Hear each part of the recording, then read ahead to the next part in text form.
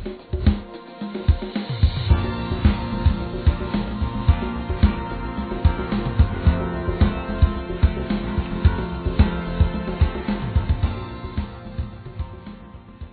think one of the biggest mistakes that people can make when they're talking about global poverty is to think that it inspires people to simply show people in abject misery, in abject hunger, or mass numbers of people dying of AIDS.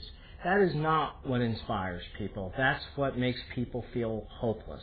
What inspires them is to show people how effective efforts have made differences in turning AIDS around, turning hunger around, turning lack of education around. When people see that there are things you can do, that there are ways of having success and improving people's lives, that's what inspires them. We have already had so many challenges that have been met. We've succeeded in many ways by, for example, in areas of health, improving access to health care, eradicating polio throughout the world. I mean, this is phenomenal what, as a world community, we have been able to do.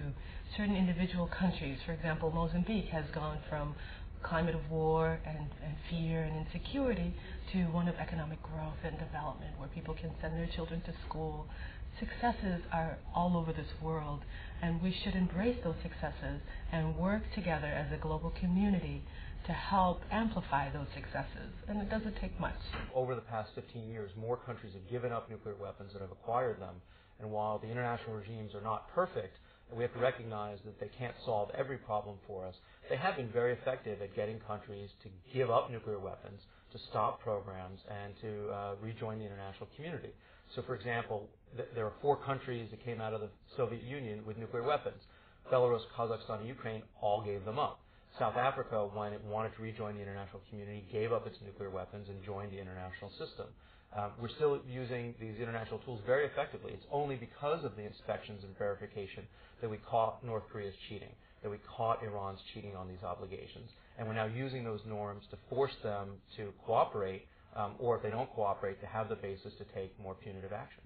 One need only look across the United States to get a sense of the valuable work that civil society organizations, from churches to local non-governmental organizations to community groups and schools, are playing a role in sending books abroad, in donating used computers, in really making real contributions that have an impact on the lives of villagers as far away as Kenya, Tanzania, and Zambia.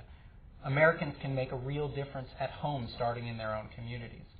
But that can't be the final step. The final step must be for people to begin to talk to their elected representatives about these problems, to make the case that we care about making a difference because it's central to who we are and it matters for our security.